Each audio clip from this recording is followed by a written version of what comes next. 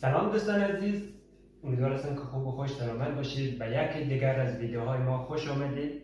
محمد هستم و این دفعه در این ویدیویی که برای شما میذارم یک پیام خاصی داره که از یک دختر فرانسوی هستن که در حالت کما بوده و در اون موقع روحش از بدنش خارج میشه و قصه میکنه که خیلی جالب است. اگر شما خودتان ویدیو رو ببینید، تا ویدیو رو ندیدید مطمئن هستم که حتما رو باور ندارید و وقتی که ویدیو دیدید خودتون متوجه میشید که چی میگه. البته زیرنویس فارسی داره که دقیق زیرنویسایش بخونید چون در زبان فرانسوی حرف میزنه و زیرنویس فارسی داره که داستان خود که در کما بوده وقتی که روش از بدنش خارج میشه و در کهکشان‌ها مرا مثلا و چی اتفاقایی برایش میفته اونا رو قصه میکنه.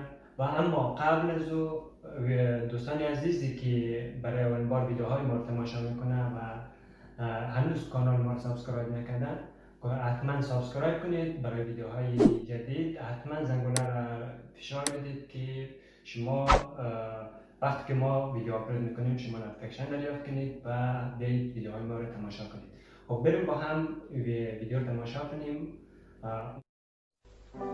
J'ai eu 4 jours de délivrance et 2 jours de coma, de coma spirituel. Enfin, mon âme n'était plus là. Je respirais, j'étais là, à côté de mes proches, mais moi j'étais partie. Ce que Dieu, en tout cas, m'a fait grâce de voir, c'est que j'étais dans mon cercueil. J'ai vu ma tombe, j'ai vu que j'étais dans le cercueil. Et à un moment donné, j'ai été propulsée dans la galaxie, l'espace. J'ai vu quelques étoiles. Et je suis restée, j'ai l'impression que je suis restée vraiment dans cette galaxie pendant une éternité. Ça a duré et j'errais, mon âme errait, j'errais. Je me demandais, mais qu'est-ce que je fais là? Qu'est-ce qui se passe? Et il faisait noir. Il faisait noir. Et après ce que j'ai vu les ténèbres, donc une nuée très sombre et une nuée et la lumière en fait. Donc j'ai compris par la suite parce que j'entendais des voix. C'était vraiment les anges de Dieu et les suppôts de Satan qui pas négocier parce qu'on ne négocie pas avec Dieu, mais le diable qui réclamait mon âme en fait et ma vie. Et il disait, mais enfin Seigneur, il y a un pacte qui a été fait, elle n'a pas suivi tes voies, elle n'est plus digne d'être appelée enfant de Dieu. Donc elle est devenue mon enfant, donc voilà, il faut nous la laisser. Donc c'était vraiment comme s'il y avait un combat spirituel entre les ténèbres et la lumière.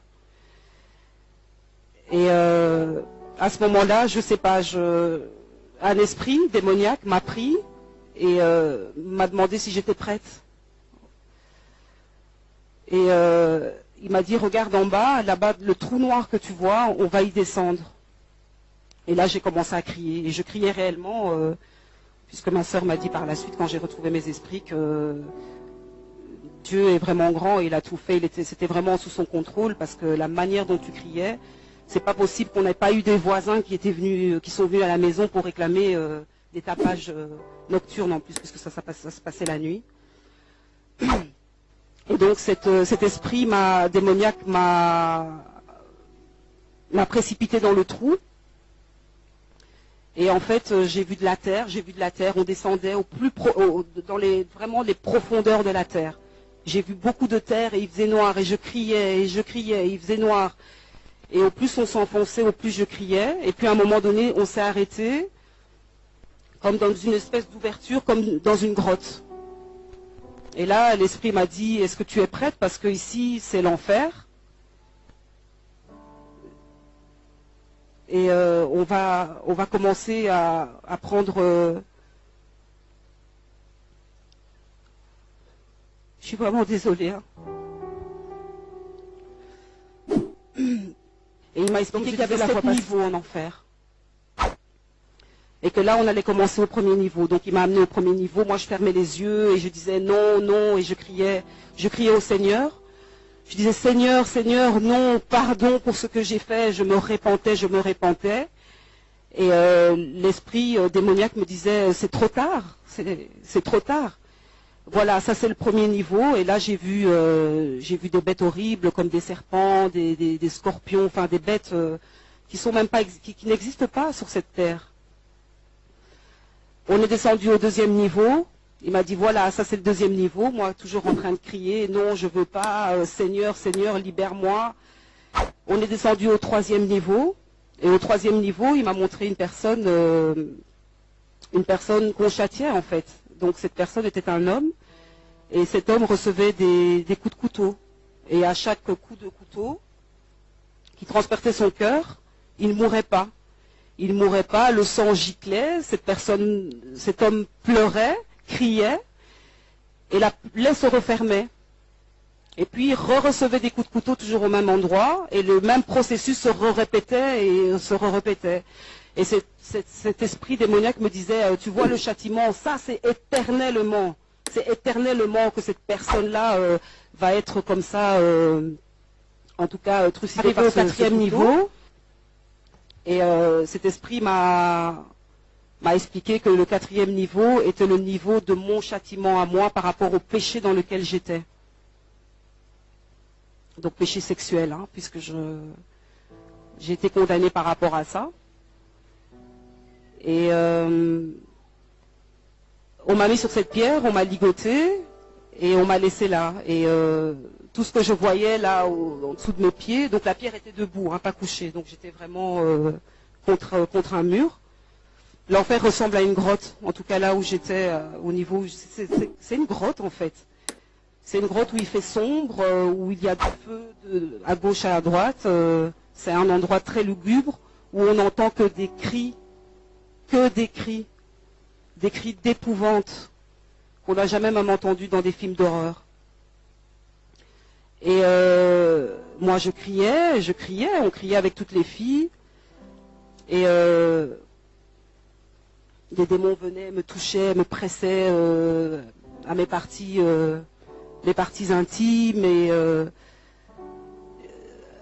l'esprit m'a expliqué que ton châtiment c'est d'être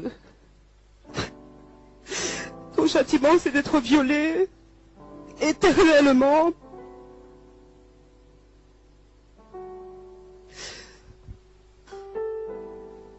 Et naissaient des enfants de ces relations en fait.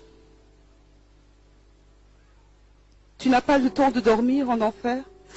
Tu ne dors pas. J'ai cru que j'y étais depuis des siècles. Et c'est sans arrêt. On ne ferme pas les yeux en enfer. On n'a pas un temps. Il y a des niveaux. Il y en a 7.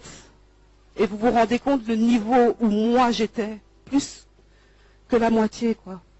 Enfin, j'étais presque au niveau du 7e pour moi. Donc le péché de l'immoralité sexuelle est un péché sévèrement puni. Je priais quand j'étais en enfer, j'ai pas cessé de prier mon Dieu, j'ai pas cessé de demander pardon. J'ai déposé le pardon aussi auprès de la femme de cet homme.